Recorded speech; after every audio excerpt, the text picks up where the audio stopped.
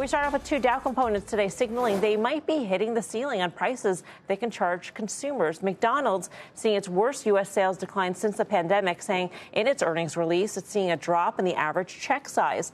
And the Wall Street Journal reporting that a Disney World vacation is out of reach for many American families. U.S. theme park operating income dropped 5% in the latest quarter, with attendance dropping 2% as high prices for hotels, foods, fast passes push consumers away. So it appears consumers are now uttering the famous line from Popeye. I can't believe I'm going to say this. That's all I can stand, and I can't stand no more. You don't have to. If that is the case, what does this mean for margins and stock prices in a world where companies cannot pass inflation along to their customers? Guy. I can't believe you did. You didn't have to do that. And then you could have come back with, I am what I am, and that's all that I am. I am. Olive oil, the whole thing. Too much. You could have. I didn't. Although it is hamburgers, you know. We are getting too caught up in this. Paid today. I'm sorry, Mel. Paid Tuesday for a hamburger today. So I think, the international comps, I think, gave people some solace. I think the guidance was probably better than people were expecting. I think valuation at 25 times is not ridiculous. And I think it's still sort of best in brand. I think you're right, though, to say, you know what? They're not able to pass the cost on, so it's going to hurt margins. But you didn't really see it necessarily in terms of the guide. So for me, McDonald's, which is now, I think, at an all-time high or right around there, you got to stay with the name, I think. But what do we make of all of this? I mean, finally, there's pushback by the consumer.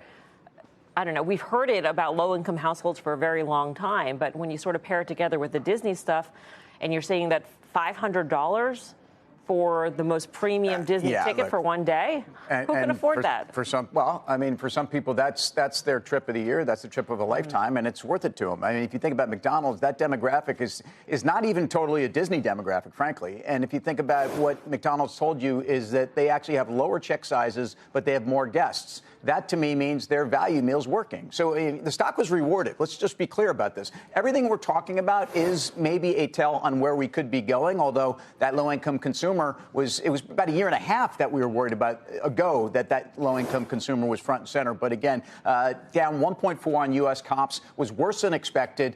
They're making up with it. They're going to launch 2,200 new restaurants this year, and between some that are closing, but it'll net out to about 1,800 new locations. I mean, this is a growth company. It's a growth company around the world. They've reset up how they do their business with their franchisees. The model works. I think you're buying any weakness in McDonald's, and you might even be buying it here.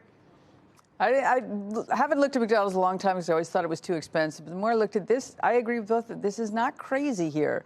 It really isn't. And if you think about, the business model with the franchise, and obviously it's a different business model. The margins are huge, but it's not so crazy. To your point about, though, this low-end consumer, to the extent that they're still employed, I think that they're still going to go. Mm-hmm. And if the McDonald's of the world or the Disneys of the world can find a way to just be a little more efficient and not change price, just hold firm on price, maybe deliver something else to the consumer that isn't so expensive something that's cheap to McDonald's or cheap to Disney to do, that I think this game can kind of go on a little bit longer. Yeah, I mean, they're talking about adding menu items like snack wraps and keeping up with the value part of the menu. Beverages are going to be a big thing because it's high margin to McDonald's, and it's a small add-on for a consumer.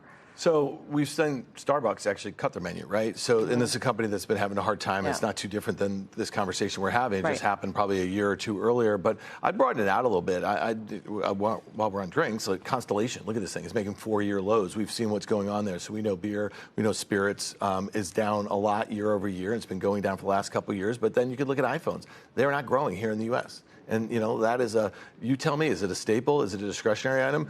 Teslas are not growing anymore, right, here in the U.S. So is that discretionary? Is it a staple? So I think you can go all up and down, the consumer spectrum here, and you see that there are plenty of consumer products that are slowing down, and then throw tariffs and trade wars and throw, specifically on some of these, steel, aluminum, those sorts of things. I mean, I think folks should be ready for prices to go back up if we are kind of going to be in a trade war with some of our biggest trading partners and then also dial it up with China.